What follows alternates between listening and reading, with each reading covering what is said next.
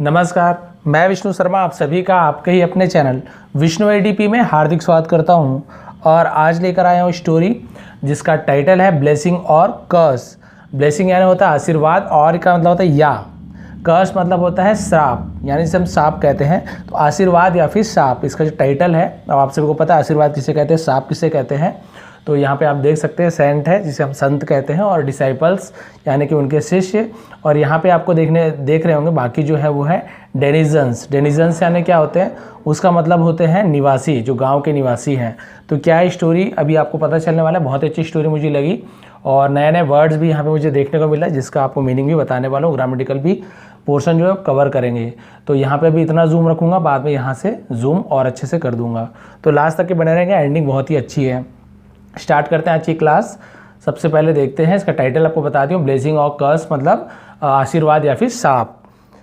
Once a great saint with his 7 disciples visited a village. अब इसका देखते हैं ट्रांसलेशन। वंस यानी एक बार, अ ग्रेट सेंट, ग्रेट यानी होता है महान, सेंट यानी होता है संत। ठीक है, जैसे स्कूल का नाम सेंट थॉमस वगैरह आप जानते हैं, तो वही होता है संत, उसे हम संत बोलते हैं, इंग्लिश में सेंट बोल देते हैं वो लोग। तो आपको नहीं पता होगा तो प्लीज़ लाइक कर देंगे एक बार। Once a great saint with his 7 disciples. तो एक बार एक महान संत, विथ यानी साथ में, हिस यानी उसके, 7 डिसाइपल्स यानी 7 शिष्यों, डिसाइपल्स ठीक है शिष्यों, क्योंकि 7 इसलिए डिसाइपल्स लिखा हुआ है। डिसाइपल यानी होता है एक से डिसाइपल्स यानी ये आपका प्लूरल हो गया, बहुवचन। तो एक बार एक संत अपने 7 शिष्यों के साथ विजिटेड अ विलेज। विजिटेड तो विजिट करना आप सभी को होता है, विजिट करना होता है दौरा करना, यात्रा करना, उसे हम विजिट कहते हैं। ठीक है, तो उन्होंने दौरा किया, विलेज एक गांव का दौरा किया। ठीक है, संत ने, महान संत अपने 7 शिष्यों के साथ। क्लियर हो गया लाइन, कोई भी प्रॉब्लम नहीं है। आगे बढ़ते हैं।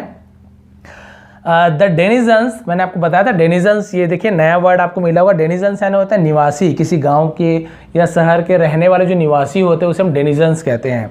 The denizens of that village यानी उस गांव के निवासी, दैट विलेज यानी उस गांव के निवासी, gave a warm welcome with profound respect and the villagers look great care of them। ठीक है, आप ट्रांसलेट करेंगे तो आपको इजी लगेगा। ऐसे में लगता है कितना लंबा है, कुछ समझ नहीं आ रहा है, लेकिन आप कभी भी घबराया ना, एक एक वर्ड की मीनिंग आपको पता चलते जाएगा तो आपको इजी लगते जाएगा। ठीक है, तो देखते हैं आप गेव, तो यहाँ से देखते हैं। तो यहाँ तक क्लियर हो गया था।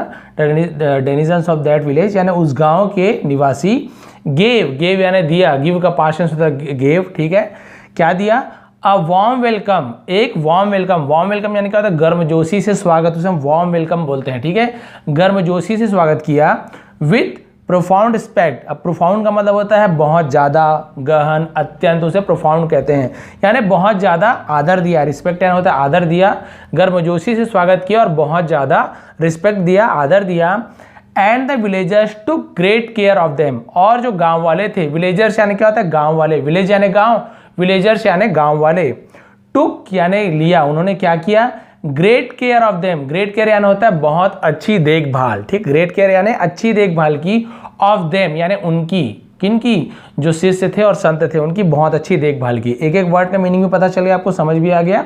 ठीक है, यहाँ तक क्लियर है। अब आगे बढ़ते हैं।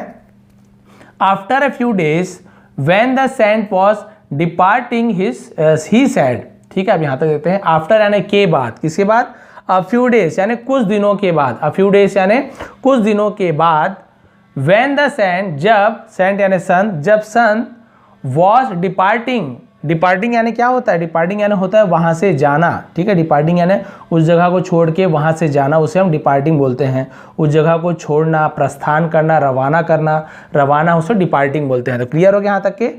तो क्या हुआ, कुछ दिनों के बाद जो संत क्या हुए, वहाँ से रवाना हुए जाने के लिए। ही सैड, उन्होंने कहा, जाते हुए उन्होंने कहा, I wish your village would destroy soon and all villagers would be separated. आप देखते इसका मतलब, आई विश यानी मेरी इच्छा है। ठीक है, आई यानी मेरी भी होता है, मैं भी होता है, तो मेरी विश यानी इच्छा, मेरी इच्छा है, योर विलेज यानी तुम्हारा गाँव, वुड डिस्ट्रॉय, वुड यानी होगा, हो जाएगा, डिस्ट्रॉय, डिस्ट्रॉय यानी क्या हो जाएगा, नष्ट हो जाना चाहिए। ठीक है, डिस्ट्रॉय नष्ट हो जाना, कि तुम्हारा, मेरी इच्छा है कि तुम्हारे गांव क्या हो जाए, नष्ट हो जाए।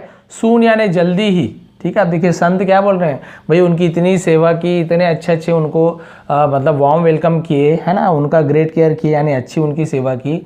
उसके बाद भी वो क्या बोल रहे हैं कि मेरी इच्छा है कि तुम्हारा जो गांव क्या हो जाए, जल्दी ही शून्य यानी जल्दी डिस्ट्रॉय हो जाए, नष्ट हो जाए। एंड और ऑल विलेजर्स यानी सभी गांव वाले, विलेजर्स यानी सभी गांव वाले, would be separated, would be यानी हो जाएंगे, क्या हो जाएंगे, सेपरेटेड। सेपरेटेड का मतलब होता है अलग अलग हो जाना, विभक्त हो जाना, एक दूसरे से अलग हो जाना, एक एक अलग अलग जगह हो जाने से सेपरेट बोलते हैं, ठीक है। तो क्या हो जाएंगे, सभी सेपरेटेड हो जाएंगे, अलग अलग हो जाएंगे। देखिए ये कौन सा भाई आशीर्वाद है, पता नहीं, कि मेरी इच्छा है कि तो गांव पूरा नष्ट हो जाए और सब कोई अलग अलग हो जाओ। देखिए ऐसे उन्होंने कहा। फिर क्या हुआ, देखिए, this statement made all the disciples. अब यहाँ पे देखिए, आपको यहाँ पर भी बार बार आपको ये वाला वर्ड बताता हूँ, एस्टोनिश्ड। इसे हम क्या पढ़ते हैं, एस्टोनिश्ड। इसका मतलब होता है आश्चर्यचकित हो जाना, ठीक है। तो दिस स्टेटमेंट यानी ये जो टिप्पणी थी, ये जो कथन था, ये जो उन्होंने कहा उसे स्टेटमेंट बोलते हैं, ये जो वाक्य था ऐसे बोल सकते हैं। तो उन्होंने जो वाक्य बोला, जो स्टेटमेंट दी, जो टिप्पणी की, मेड यानी बनाया, क्या बनाया, ऑल द डिसाइपल्स एस्टोनिश्ड। अब मैंने आपको बताया एस्टोनिश्ड मतलब होता है आश्चर्यचकित। सभी जो वहाँ के उसके जो शिष्य थे क्या हो गए, आश्चर्यचकित हो गए कि भाई ये गुरु आखिर बोल क्या रहे हैं, हमारे जो संत है। तो सभी आश्चर्यचकित हो गए। Again the saint arrived at the other village where they had been. अब इसे आपको बाद में ट्रांसलेट करूंगा, लंबा हो जाएगा। यहाँ पे देखते हैं, again the saint arrived, again यानी फिर से, द सेंट संत, अराइव्ड यानी पहुंचे। अब इसे मैं जूम कर देता हूँ थोड़ा सा, ये देखिए यहाँ तक कर देता हूँ जूम, थोड़ा सा अच्छा हो जाएगा, ठीक है, इतना ठीक है। फिर से संत पहुंचे eight the other village, eight the other village यानी दूसरे गांव पर, ठीक है, दूसरे गांव पहुंचे।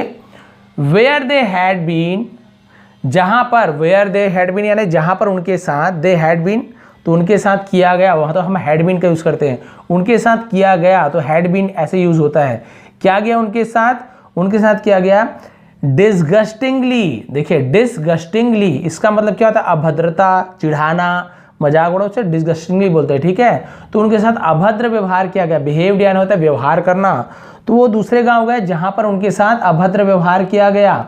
बाय द विलेजर्स, किनके द्वारा, बाय यानी द्वारा, द विलेजर्स गांव वाले के द्वारा अभद्र व्यवहार किया गया। देन द सेंट सेड, तब संत ने कहा। देखिए वहां पे अच्छा व्यवहार किया तो संत ने ऐसे कहा आपका गांव ऐसा सा हो जाए। अब यहाँ पे उन्होंने उनके साथ खराब व्यवहार किया, दुर्व्यवहार किया, तो संत अब क्या बोल रहे हैं, देखिए यही बहुत बड़ा सस्पेंस लगा मुझे तो। मे your village flourish and all people live together for ever. अब इसका मतलब देखिए, मे योर विलेज यानी हो जाए, मे यानी जैसे हम बोलते हैं ना हो जाना, शायद उसे मे का यूज करते हैं। मे योर विलेज, आपका गांव क्या हो जाए, फ्लरिश, क्या हो आपका गांव, फ्लरिश यानी होता है विकसित होना, ठीक है, सफल होना, उसे फ्लरिश्ड बोलते हैं। कि आपके गांव का क्या हो, विकास हो, आपका गांव का क्या होना चाहिए, विकास हो। एंड ऑल पीपल, और सभी लोग, लिव टुगेदर एक साथ, लिव टुगेदर यानी एक साथ रहना, फॉरएवर यानी हमेशा, लिव यानी रहना, टुगेदर यानी एक साथ, फॉरएवर यानी हमेशा। तो क्या बोल रहे हैं इसके बाद भी कि आपका गांव क्या हो, आपके गांव का विकास हो और आज सभी लोग एक साथ हमेशा रहें। देखिए भाई उन्होंने उनके साथ अभद्र व्यवहार किया, तब संत ऐसे बोल रहे हैं कि आप लोग सब एक ही साथ रहो, आपके गांव का विकास हो, आप यहाँ से मत जाओ। इस प्रकार से उन्हें क्या दे रहे हैं, आशीर्वाद दे रहे हैं। अब देखिए आपको जिस प्रकार से आश्चर्य हो रहा है, मुझे भी ऐसी हुआ था, लेकिन उनका आंसर जान के आपको अच्छा लगेगा। वैसे इस चीज से भी अब क्या हो गया, देखिए अब यहाँ पे देखिए, सच टाइप ऑफ ब्लेसिंग, सच यानी इस प्रकार का, ऐसा, सच यानी होता है ऐसा, टाइप यानी प्रकार, तो इस प्रकार का, ब्लेसिंग यानी आशीर्वाद, लेट द डिसाइपल, लेड यानी होता है जैसे बोलता है लीड, आगे बढ़ना, तो क्या ले गया उन्हें, द डिसाइपल्स यानी शिष्यों को, to ask the reason, ask the reason यानी कारण पूछना। उन्होंने क्या किया, इस प्रकार का जो आशीर्वाद था वो शिष्यों को क्या मजबूर कर दिया कि इस प्रकार का कारण पूछने का, कि भाई आप कारण तो बताओ, आपने ये क्या आशीर्वाद दे दिया है। उन्होंने कारण पूछा किनसे, अपने गुरु से।